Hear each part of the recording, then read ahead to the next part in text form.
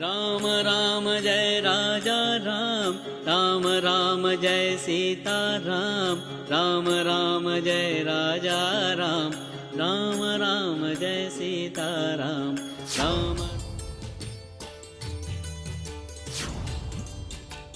રામ મંદિરનું સપનું સાકાર.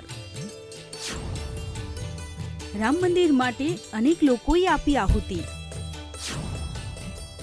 અનેક લોકોએ પડદા પાછળ રહીને નિભાવી મોટી જવાબદારી. રામ મંદિર માટે ભારે સંઘર્ષ બાદ હવે રામ જન્મભૂમિ અયોધ્યામાં ભવ્ય રામ મંદિરનું નિર્માણ થઈ રહ્યું છે અને આગામી 22 જાન્યુઆરીએ રામ મંદિરનો પ્રાણ પ્રતિષ્ઠા મહોત્સવ યોજાવા જઈ રહ્યો છે. એ દિવસની આતુરતાપૂર્વક રાહ જોવાઈ રહી છે કે જ્યારે ભગવાન શ્રી રામ ભવ્ય રામ મંદિરમાં બિરાજમાન થશે. આ દિવસ દિવાળીથી કમ નહીં હોય, કારણ કે ભવ્ય રામ મંદિર નિર્માણ માટે અનેક લોકોએ પોતાના જીવની આહુતિ આપી દીધી છે. તો કેટલાય એવા લોકો પણ છે કે જેણે પડદા પાછળ રહીને મોટી જવાબદારી નિભાવી છે. જેમાંના એક છે અશોક રાવલ. આ એ જ અશોક રાવલ છે કે જેણે રામ મંદિર માટે પોતાની જિંદગી ખર્ચી નાખી અને હવે જ્યારે રામ મંદિરની પ્રાણ પ્રતિષ્ઠા થવા જઈ રહી છે ત્યારે અશોકભાઈની ખુશીનો પાર નથી. કે દુઃખ ભર્યો દિન બીતે રે ભૈયા, સુખ ભર્યો દિન આયો રે, રંગ જીવન મેં નયા લાયો રે. એટલે અત્યારે ભગવાન રામની જરા પ્રતિષ્ઠા થઈ રહી છે તો આખા સમાજની અંદર, રાષ્ટ્રની અંદર અને વિશ્વમાં પણ જ્યાં જ્યાં હિન્દુ રહે છે એના મનમાં એક અલગ પ્રકારનો ઉમંગ અને ઉત્સાહ છે. તો આખા સમાજની અંદર, રાષ્ટ્રની અંદર અને વિશ્વમાં પણ જ્યાં જ્યાં હિન્દુ રહે છે એના મનમાં એક અલગ પ્રકારનો ઉમંગ અને ઉત્સાહ છે.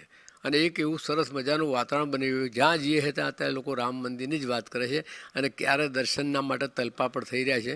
તો 22મી જાન્યુઆરીએ દેશના વડાપ્રધાન માન્ય શ્રી નરેન્દ્રભાઈ મોદીના હસ્તે અને એમની પરમ પૂજ્ય સરસંઘ ચાલકજી મોહનજી ભાગવત અને યોગીજીની હાજરીની અંદર આ રામલલાનો પ્રતિષ્ઠા કાર્યક્રમ અયોધ્યાની અંદર રાખવામાં આવેલો છે. એની પૂરી તૈયારીઓ અત્યારે બધી જગ્યાએ ચાલી રહી છે. 1 જાન્યુઆરીથી 15મી જાન્યુઆરી સુધી સમાજના બધા જ લોકોને ઘર ઘર સંપર્ક અંતર્ગત બધા લોકો ઘરે ઘરે કાર્યકર્તાઓ જવાના છે.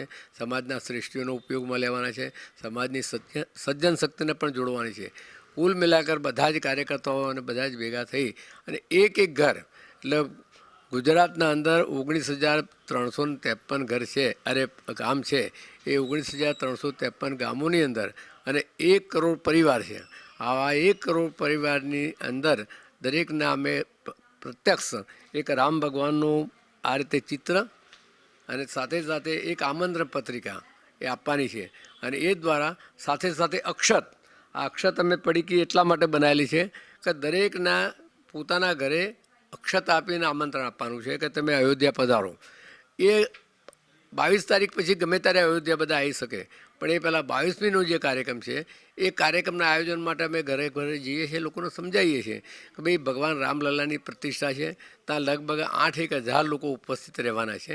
એમાં લગભગ 4,000 જેટલા તો સંતો જ છે એની અંદર, અને બાકીના બધા સમાજના શ્રેષ્ઠીઓ, વિદેશના લોકો, આવા મહાનુભાવો, જેને ગોલ્ડ મેડલિસ્ટ મળ્યા છે એવા લોકો, કાર સેવામાં જેના પરિવારના લોકો નું અવસાન થઈ ગયું છે એવા બધા લોકોને પણ ત્યાં આગળ એમના પરિવારના કોઈ લોકોને આમંત્રણ આપવામાં આવ્યું છે.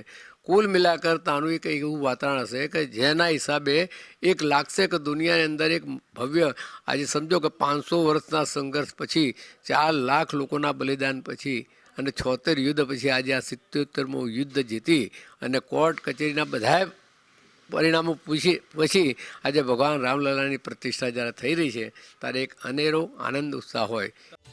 રામ મંદિર માટે પોતાનું જીવન ખર્ચી દેનાર કારસેવક અશોકભાઈ રાવલ કોણ છે તે પણ જાણી લઈએ. અશોકભાઈ વિશ્વ હિન્દુ પરિષદના ગુજરાત પ્રાંતના પ્રમુખ અને સક્રિય કાર્યકર છે. તેઓ 2 વખત રામ મંદિર માટે 1990 અને 1992ની કાર સેવા સમયે ગુજરાતમાં સક્રિય હતા.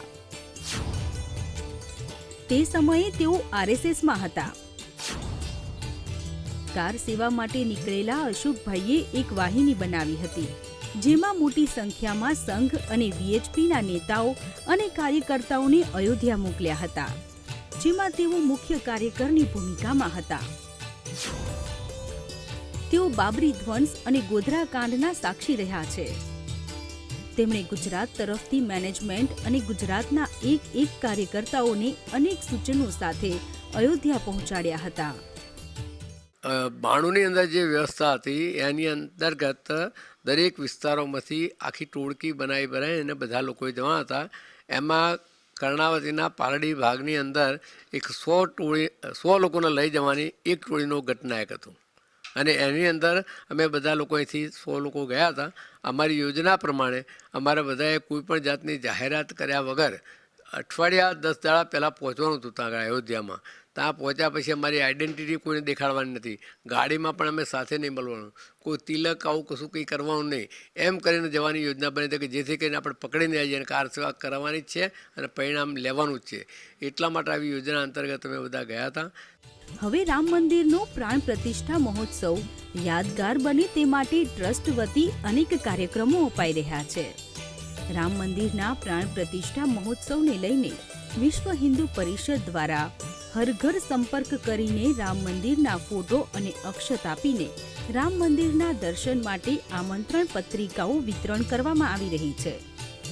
આ આમંત્રણને સૌ કોઈ સહર્ષ સ્વીકારી રહ્યા છે અને હવે પ્રાણ પ્રતિષ્ઠા પ્રસંગની રાહ જોવાઈ રહી છે. કેમેરામેન આશિષ ડોડિયા સાથે ગૌતમ શ્રીમાળી, VTV ન્યૂઝ, અમદાવાદ.